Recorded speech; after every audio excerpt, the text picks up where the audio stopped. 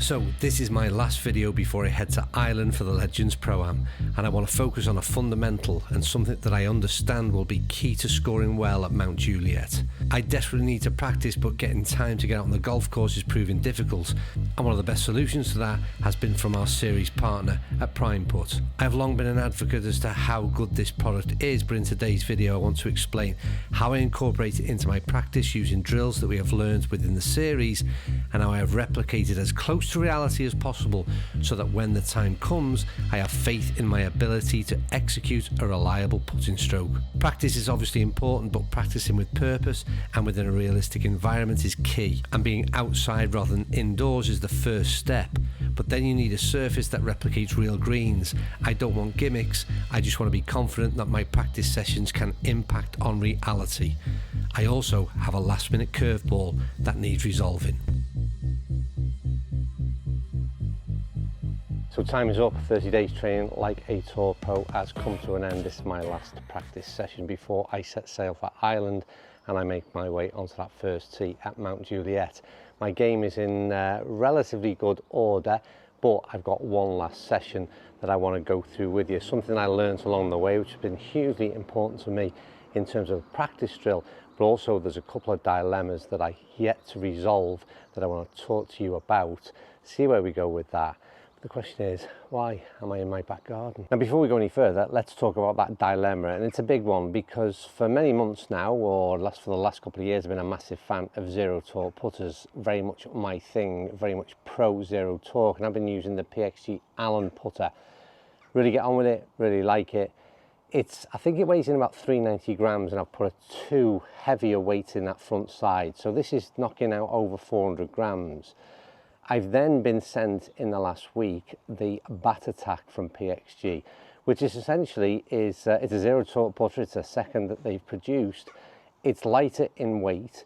It's more traditional, I suppose, in sort of its shaping and its profile, and it's less cumbersome, let's say, than the Allen in many ways.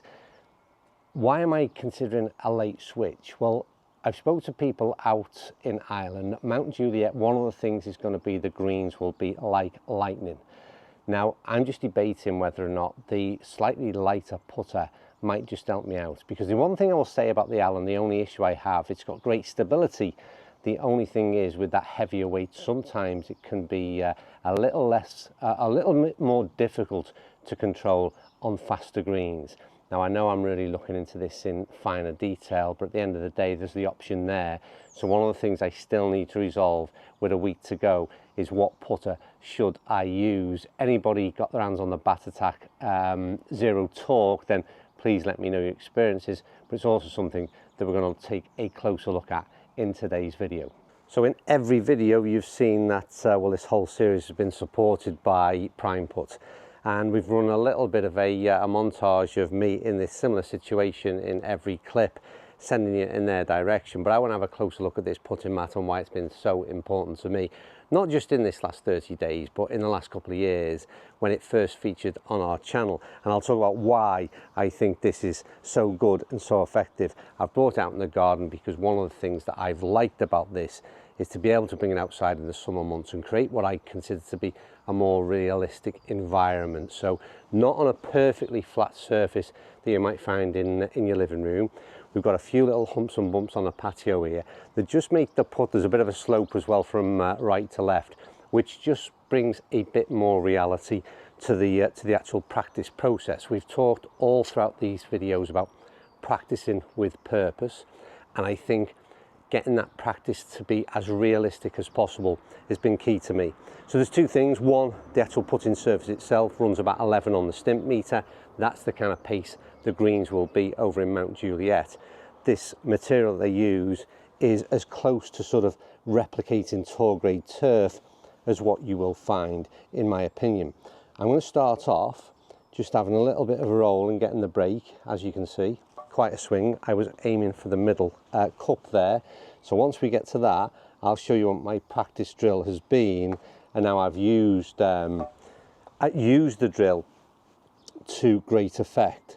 And I'm already seeing just how heavier the Allen is, because I've just switched off camera from putting with the bat attack and for some reason started with the Allen. The weight difference is huge and that ball is firing off the face. That's one of the reasons that I might be looking at the bat attack. Anyway, that's a separate dilemma. Let's first of all show you how I use these mats. There's some little white dots that you can see which are hugely important to the drills I'm about to combine from episode 6 with Tom Atkinson, the putting drill he gave me out on the golf course.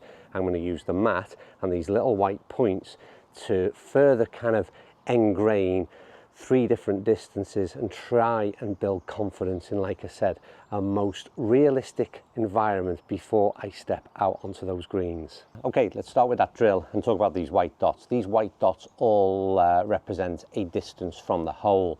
And whilst we'll start off on the furthest from the hole, it's for me the sort of 8 and 4 feet in is where it gets really interesting. They're the kind of putts that I want to ideally sort of be confident with at least. And certainly those 4 footers, when they're a bit of a knee knocker, that's the area that I'd like to be hitting a sort of confident stroke.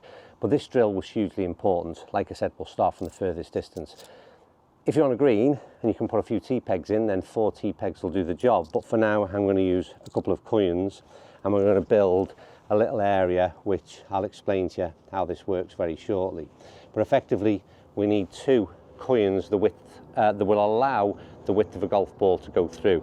And you can make that as sort of wide or as narrow as you see fit, depending on sort of how confident you are with your stroke. And then vice versa, at the opposite end, we're looking to build something either side of the width of your putter.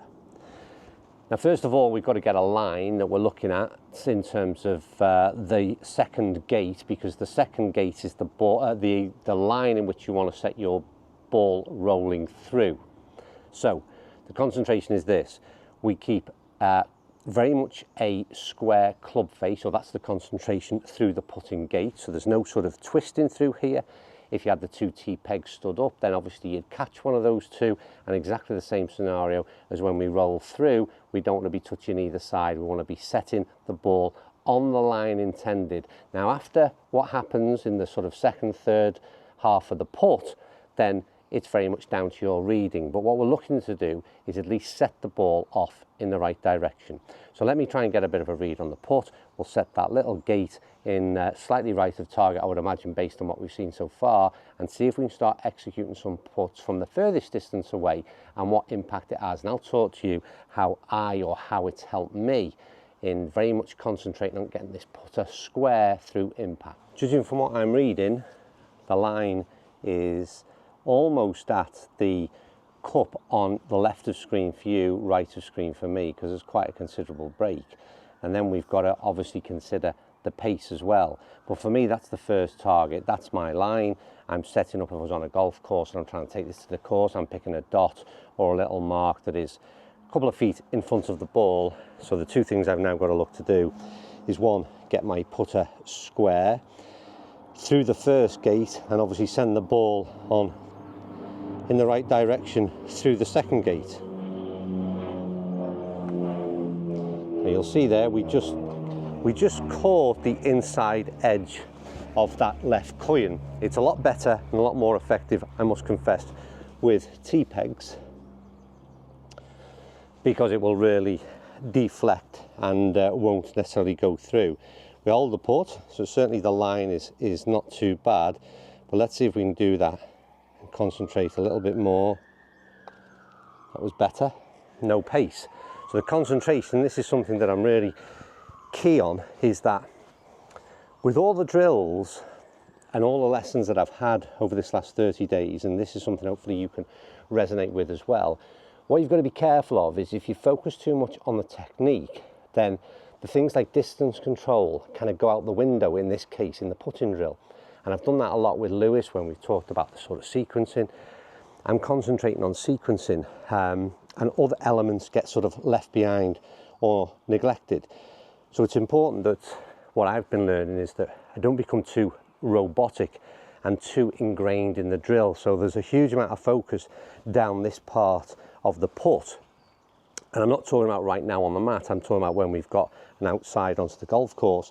I'm concentrating on making sure that I'm back on my heels a bit, that I'm keeping it square through impact, but then forgetting about the pace. So let's see if we can do that. That's a much better stroke.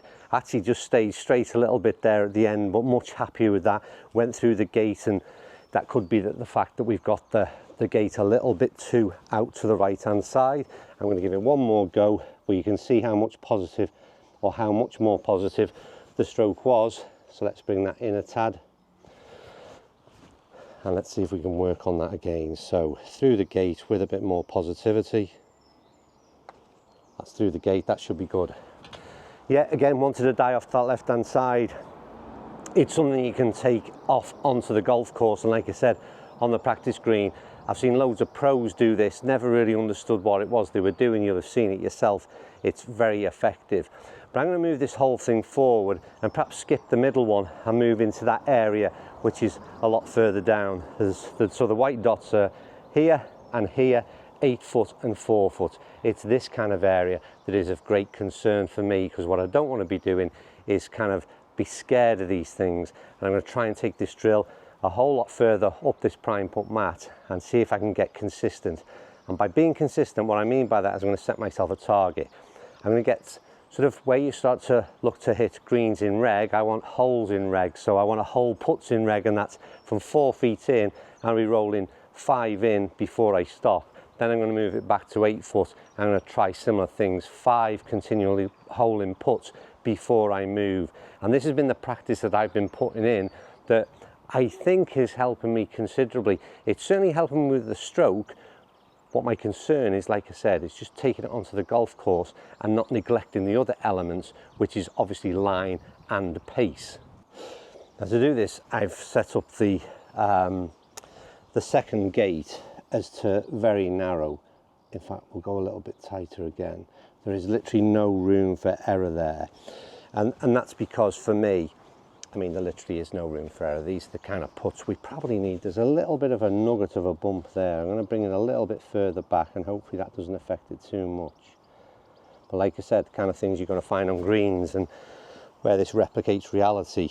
So for me now, it's got to be through the gate, and it's got to be with some positivity and pace. And I love that. First one, again, you know, this might seem relatively easy and kind of like thinking, and you're making life so easy for yourself, but trust me, this is the kind of thing where I've been guilty of in the past. Is you get to that kind of area, and you'll know yourselves, if you start to sort of ease off on these kind of putts and try and trickle them into the hole, the likelihood is that it's going to cause you a few issues. So really pleased with that first strike, but more to do with the positivity. I'm going to move this mat alongside. It's just a little bit of an extension that keeps you at the same level as the putting surface. Right, so through the gate, square, firm, pulled it, hit the coin. Hold the putt, would have got away with it because I hit the ball firm enough, but effectively pulled the putt. It's so, the feedback for me is brilliant with this little drill, because you learn straight away what it is or where it is that you're going wrong. Yeah, much better again, much more positive strike. Kept the face square, made sure I didn't try and shut it down. That's what zero torque should be doing and helping with. So we're 3 from 3. Let's see if we can first go, just keep that as a 5 from the get-go. So through, positive, pulled it again. So it's clearly, that's the issue. Got away with it because the pace was good, but this is telling me that I'm pulling. So I'm getting some feedback from the drill. If you're just aimlessly standing on a putting green, rolling a few putts, and Tom's sort of fed me this one. I often see, you know, the kind of warm-up drill from most amateur golfers is to roll a few 15-footers up close to the hole and call it quits and say, right, I'm ready for the first tee. That's my putting practice done. But just by taking a little bit of time and setting up this drill, it certainly helps you, gives you feedback straight away. Keep that face open. It's so much better. You know, you've seen me do it twice now. And the first time I've pulled it and hit the coin to the left, I've been able to make sure that I don't look to close that face in, because zero torque, for all it's, you know, it's good, we can still manipulate that face plenty much ourselves. So it's really important that you learn each time. I'm not too sure how many we've got. I think that was 5. We'll go for one more and see if I can just keep that face open and go through rather than look to just pull a little bit. Yeah, how much better is that? I work with PrimePutt because I genuinely believe in this product as being really good, and it's something, like I said, I've used from 2 years ago when they first introduced it to me, because that 4-foot putt there is very much representative of what I'm expecting to face over at Mount Juliet, and everything else I've tried in terms of putting surfaces, false putting surfaces that is, they just don't represent that. So it's a false economy in terms of what it's telling your brain. This stuff is so good, it rolls so true that it gives me belief that I can take this kind of practice, and I keep saying it, practice with purpose. It's something that either, I think it could have been Lewis mentioned very early on, and I very much buy into that concept. Irrelevant of how I perform in a couple of days' time, I think for me, the biggest element that I have learned is that one, I sort of always want to be working on something, and two, that it's no use just going out there or going to the driving range and just whacking balls. It can be, if that's what you want to do, that's plenty of fun, but I think if you want to actually improve something, you need to practice with purpose and go out there with goals, go out there with targets, go out there with drills and get some feedback. And like I said, what this has allowed me to do, you'll see me from this sort of further distance, which is this 8-foot mark. Again, it's something that I've really tried to hone in on over the last few weeks, and the fact that I can do this in the back garden, don't have to go out to the golf course and can get some practice drills in, just means that we're ticking over. And hopefully what it can't represent is the environment. A few people watching might mean I start to pull and look up and all those other kind of things. So don't get me wrong, I'm not expecting to see miracles happen, but I love this product. I love the fact I can do it in the house during the winter, but more importantly, I think this is a more realistic setting. Even with a bit of wind around your ears, it's just being outside, and you can stay out on this thing for hours. And just like I said, a few more putts on that sort of 8-foot mark, and I'll carry on with this repetition for an hour is what I kind of set myself. Dead easy to get out, dead easy to put away. We're good. One last thing before we go. Well, Penny's decided to join us for the last bit, seeing as she's been locked away staring at me through a patio door for the last 20 minutes or so. I've been filming that. She's yawning, so I think that means it's time to shut up and move on. I just want to finish with, I am recording, yeah. I just want to finish with a kind of massive thank you to everybody who supported these videos in the last 30 days. It was very much a move from what you've been used to and what you've watched for some time. It was something I wanted to try out personally, and with the target of the event at Mount Juliet, it just meant that we had something to sort of gear towards, and the 30 days, although is a very small time scale to make the kind of changes that we've tried to make, it did set a target, it did set a goal, and ultimately we'll see if any of it can be taken onto the golf course. I certainly hope so. But yeah, back to the end of the video, which was the thank you. Thank you to PrimePutt. Supporting a series like this is massive. It meant that we went away from our, like I said, traditional content, and them supporting is always, you know, hugely important, and grateful to them. Product, like I said, genuinely believe in their product. It is so good. So make sure, if you want to buy a putting mat to practice, to seriously practice with purpose, then I 100% recommend this thing, and you won't be disappointed. But like I said, going back to that, thank you to you all for watching, supporting, kind words that you've given. Thank you obviously to Lewis and to Tom for the time they've given as well, and patience in trying to get a 35-year-old swing and habits and techniques, trying to eradicate a few of them in such a short space of time. Right, I'm waffling on, the dog's yawning again, and no doubt you are too. The next video you will see is me playing Mount Juliet in what I think will be the sunshine. The forecast looks incredibly good. I'll see you all then, and keep your fingers crossed.